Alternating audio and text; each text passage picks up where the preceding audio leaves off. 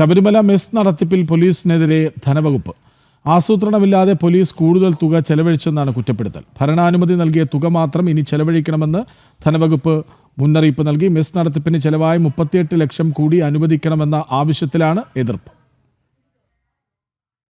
കഴിഞ്ഞ വർഷത്തെ മണ്ഡല മകരവിളക്ക് കാലത്തെ മെസ് നടത്തിപ്പിനായി 2,65 ലക്ഷം രൂപയാണ് സർക്കാർ പോലീസിന് അനുവദിച്ചിരുന്നത്.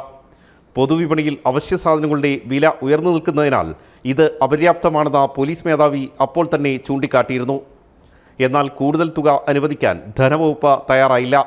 മണ്ഡല മകരവിളക്ക് കാലം കഴിഞ്ഞതോടെ 38 ലക്ഷം രൂപ മെസ് നടത്തിപ്പിനായി പോലീസിന് അധികം ചെലവഴിക്കേണ്ടതായി വന്നു.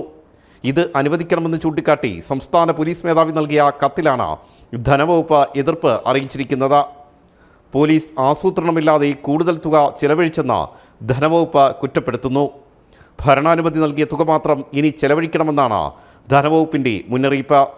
ഇല്ലെങ്കിൽ ഇനി മുതൽ തുക അനുവദിക്കില്ലെന്നും ധനവകുപ്പ് വ്യക്തമാക്കിയിട്ടുണ്ട്. പോലീസ് വാഹനങ്ങളിൽ ഇന്ധനം നിറച്ചതിലെ കുടിശ്ശികയുമായി ബന്ധപ്പെട്ട് മുൻപും സമാനമായ രീതിയിലുള്ള തർക്കം പോലീസും ധനവകുപ്പും തമ്മിലുണ്ടായിരുന്നു. കൃത്യമായ മാനദണ്ഡങ്ങൾ പോലീസ് പാലിക്കുന്നില്ലെന്നായിരുന്നു ധനവകുപ്പിൻ്റെ കുറ്റപ്പെടുത്തൽ.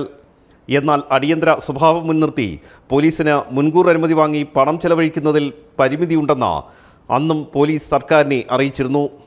ഇതിനുശേഷവും പോലീസ് ആവശ്യപ്പെടുന്ന തുക കൃത്യമായി ധനവകുപ്പ് നൽകാറില്ലെന്നാണ് സേനയിലുയരുന്ന പരാതി. ആർ രാജീവ്, ജനം, തിരുവനന്തപുരം.